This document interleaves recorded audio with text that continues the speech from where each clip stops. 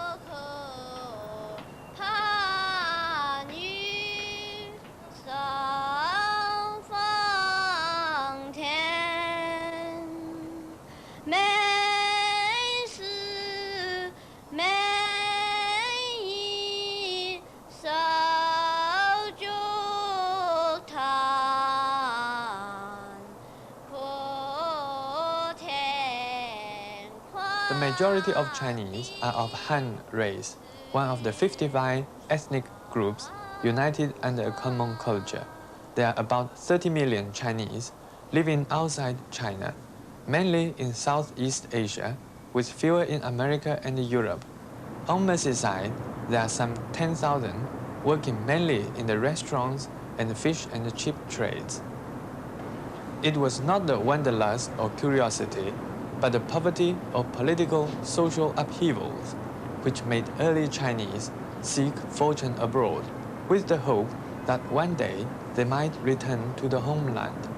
Hence, overseas Chinese are so often apathetic about affairs of the host community. Those things which made the district home to most Mesery-siders cannot allay the loneliness and homesickness in our hearts. The cathedral bells, the romance of the river ferry mean little, and even the shouts of mahjong players have not made Liverpool sound like Hong Kong. Brooding with melancholy, ask heaven, on the merciless mercy, who rules over our destiny. The wonderful thing about Liverpool is its people. Most Liverpudlians are generous, compassionate, and easy to make friends with. I came to Liverpool in 1974 to do a research degree in metallurgy in a university. In the evenings, I gave classes of Chinese art, theater, and the Tai Chi Chuan. In a short period, I have known more friends than in my own country. With these friends, we prepare to produce a Chinese theatrical production called Monkey King. Unfortunately, these activities has been an offense to the student visa, on which condition I'm allowed to stay in this country. The Home Office refused my visa. But with the friends' help and the appeal from the local people, I have sorted these things out. There had never been any community activities in introducing Chinese arts and culture in this country. I thought it is important to bridge the understanding and mutual appreciation between my people and others. It kindles enthusiasm of something unique, which leaves out the vulgarism of chauvinist attitude of older peoples.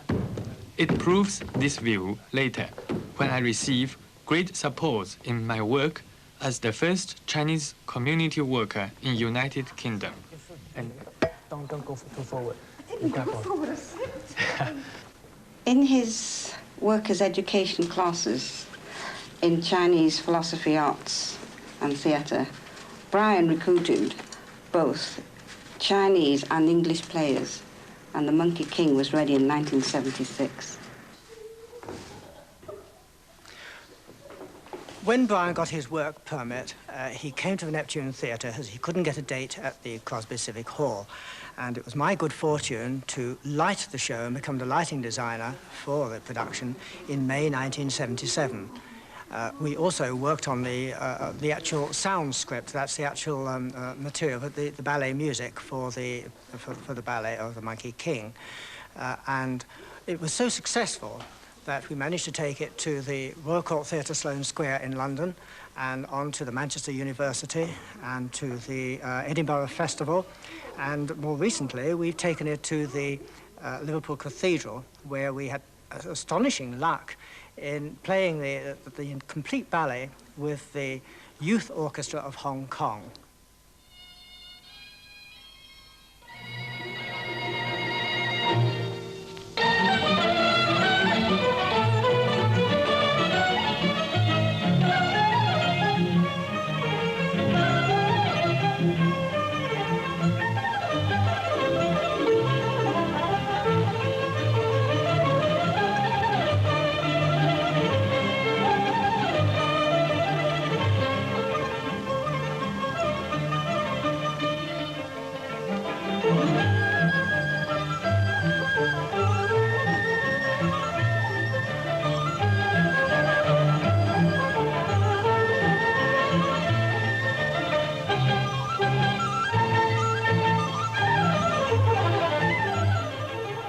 The Chinese first settled in Liverpool in the last century. The original Chinatown was in Pitt Street, which was ruined by bombs during the Second World War. Nowadays, the Nelson Street area is the center of Chinese shops and restaurant businesses. After the secession of Hong Kong in 1841, Chinese were cheap labor on British merchant ships. On stopover in Liverpool, many of them quite naturally stayed and sometimes earned a little more ashore. Thus, one of the oldest Chinese communities in Europe became established. From seamen to laundries in the old days of stiff collars, then entering the catering trade, some of the inhabitants are the fourth generations of Liverpool Chinese. How then do they integrate into the British way of life? Kenneth Antcliffe is the Director of Education for Liverpool. I asked him how his department helps the Chinese community. Well, there are many Chinese in Liverpool, as you would know better than I. At one time, they were mainly concentrated in a particular area of the city, and in some respects, that made things easier for us in that they were more accessible. But during the last war, that part of the city in which most of the Chinese lived was made derelict during the bombing of 1941, I think it was, yes. So that the Chinese now are very much more dispersed throughout the city than was once the case. And that means that we have to take special measures to help them in the particular ways that they need help. There are still many Chinese coming as new immigrants to Liverpool, and amongst the Liverpool schools, I would say that the Chinese form the largest single ethnic minority.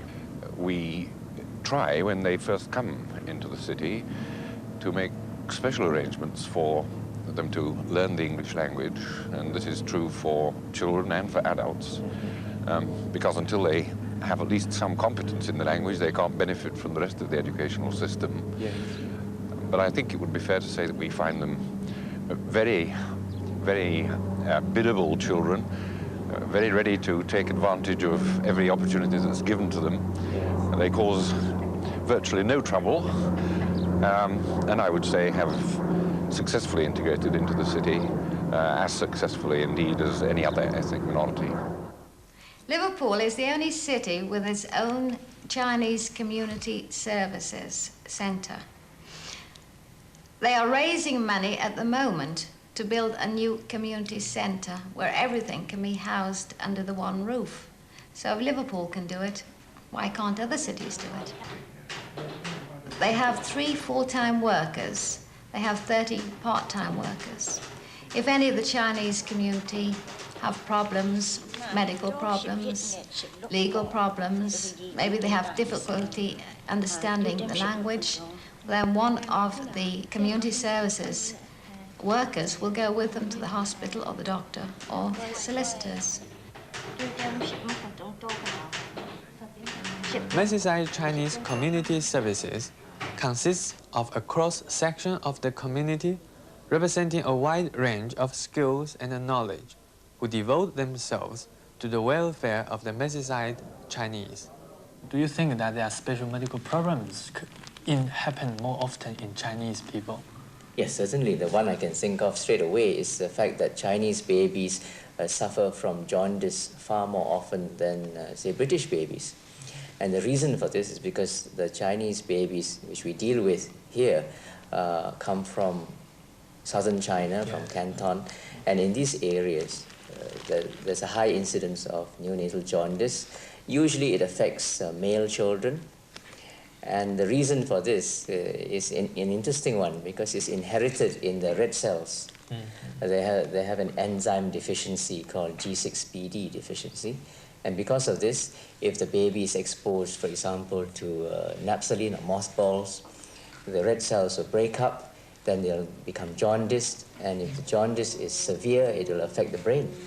Maybe we should produce something of these things, in these Yes, well, we can, in fact, put down this information, which we can then instruct Chinese mothers on how to care for their children.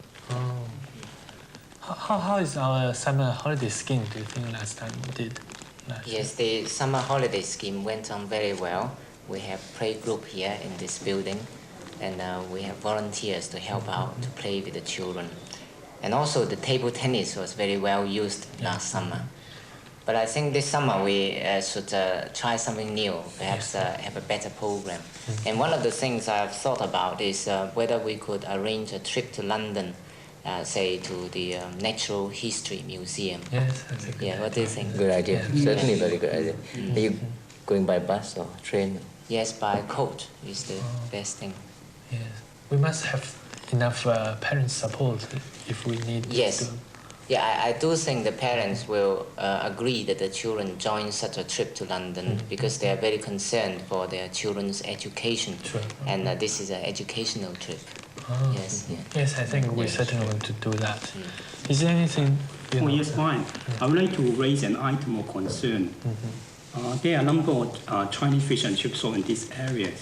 The owners are worried that their shop may face the situation of compulsory purchase for the improvement of the area.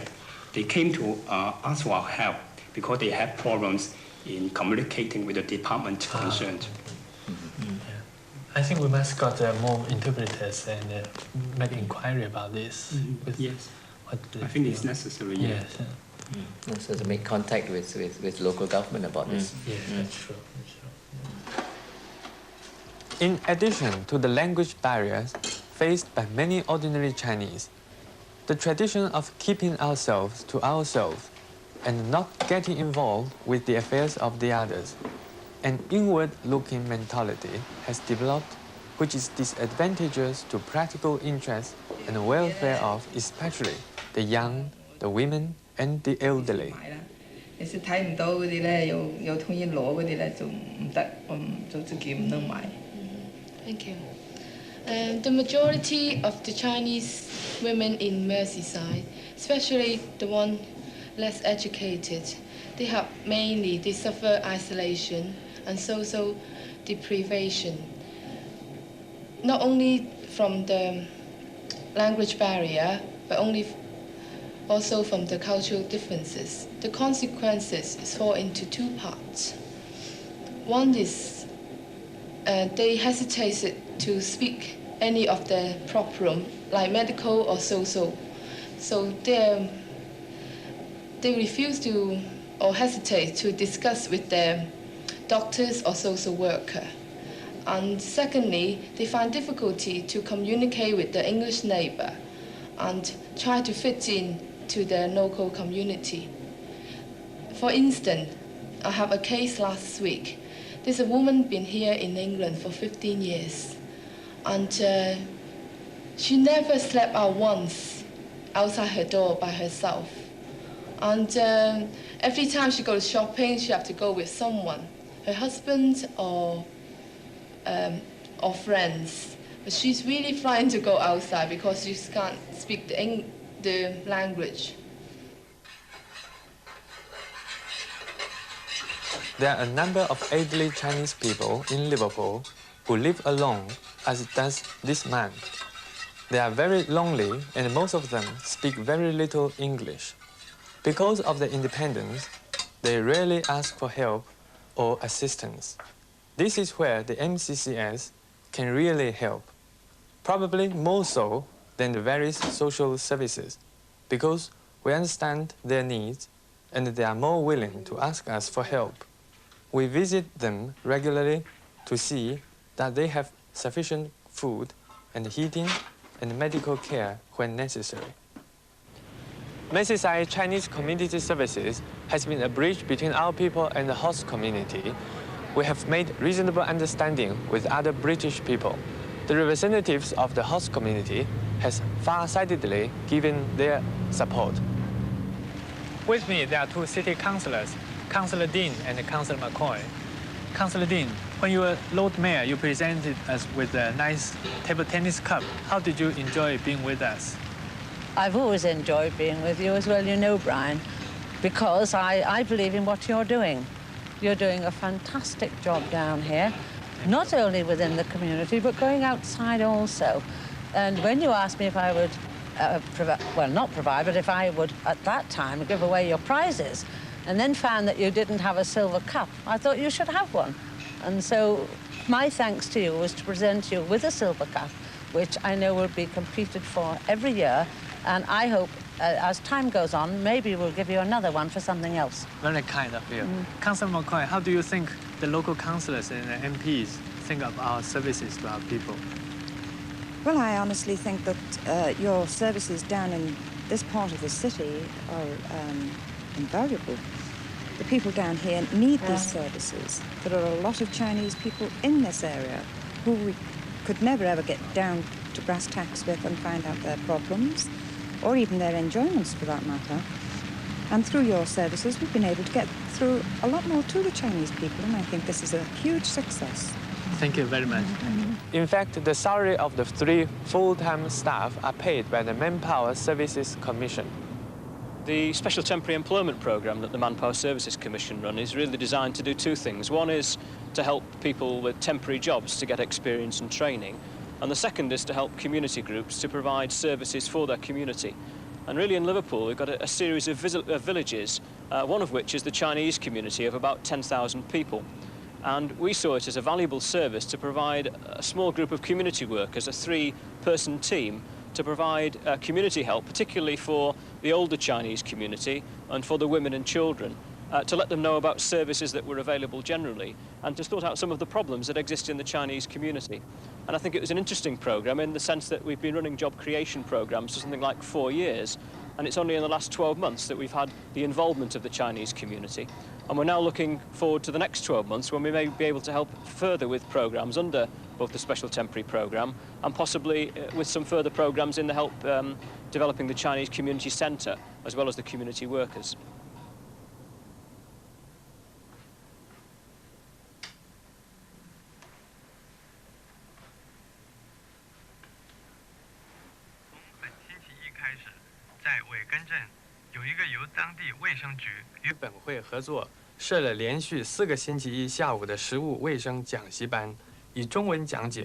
By the generosity of BBC Radio Mesery, we give weekly broadcasts in Mandarin and Cantonese dialect.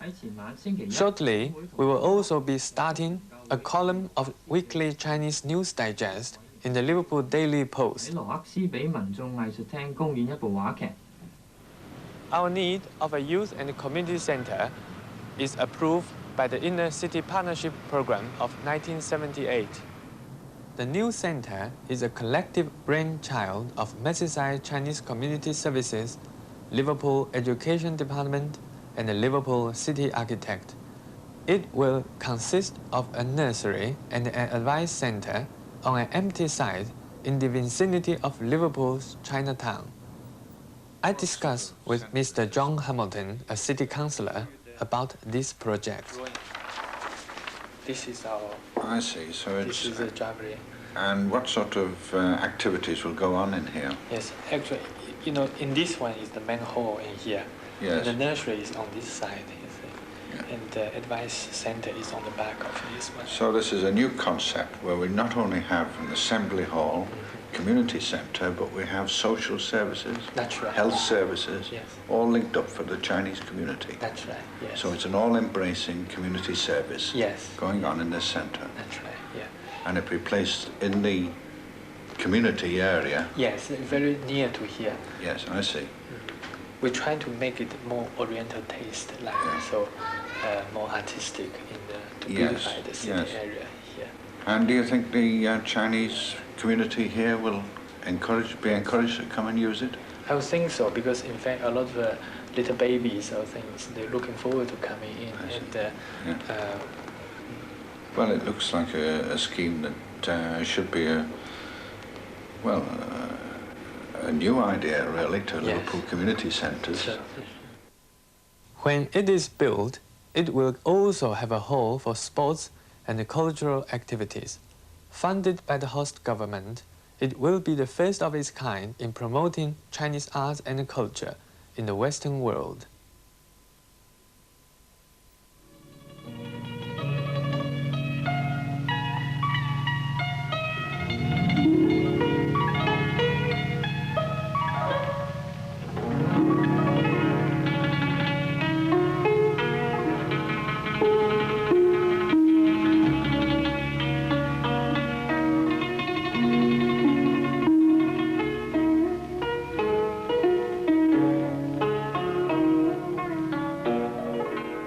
The Chrysanthemum Ferry was a production after the Monkey King by the Liverpool's Taishan Chinese Play Association.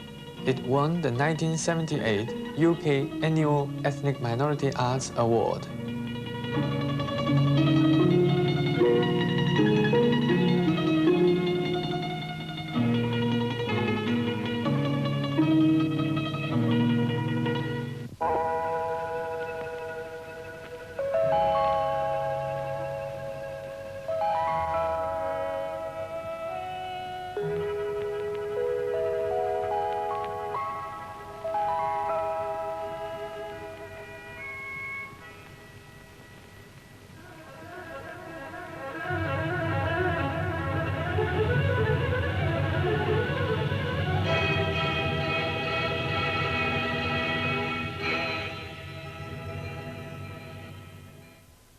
Two years ago, when we were applying for a grant to have our own center here in Liverpool, the Prime Minister of that time, Mr. Callaghan, showed sympathy with our aims.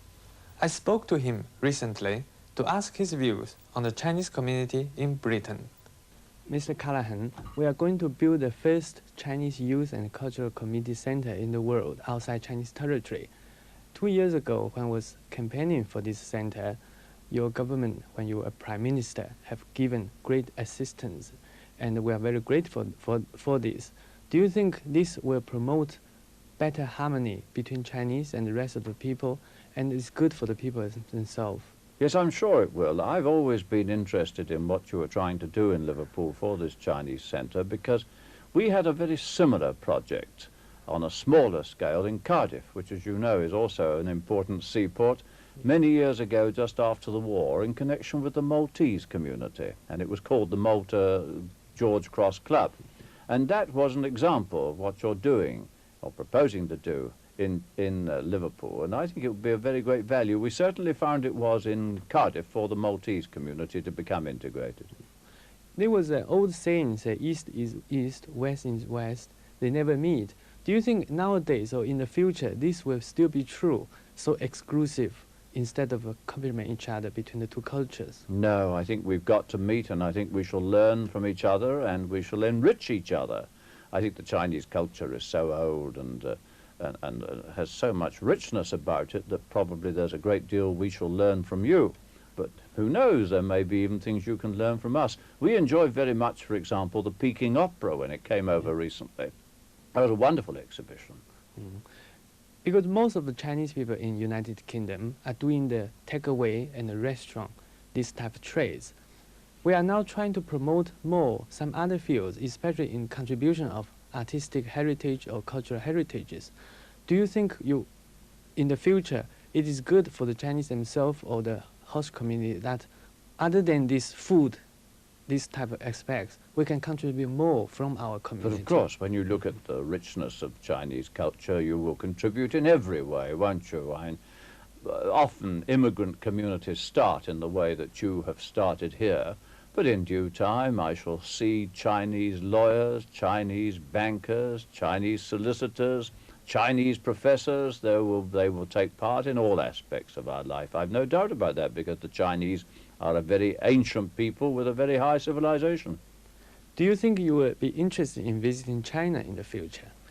Well, Prime Minister Hua, when he was here a fortnight ago, invited me to visit China. He said they didn't forget old friends, and I said yes, I would be very happy to visit China. Indeed, I was going when I was Foreign Secretary, but then I was suddenly elevated to being Prime Minister, Yes. and so I couldn't go. But I'm looking forward to going in the early summer next year. In terms of art and culture, we may look forward to 500 or even 1,000 years. It doesn't matter whether you have a vision of that long or not. One thing can be certain, is that Europe and the world will be more tolerant, multiracial, and multicultural. One thing we Chinese have learned from the past 5,000 years of history is that our national minorities have constantly contributed far more to the resplendent arts and the cultural fecundity than vice versa. Otherwise, Chinese civilization would have reached prostration and withered long time ago. The simple conclusion for the Chinese in Britain is that the more we love our homeland, the more we should love Britain, where we share a destiny. To the host community is that the more you genuinely love your country, the more you would cherish that of your national minorities.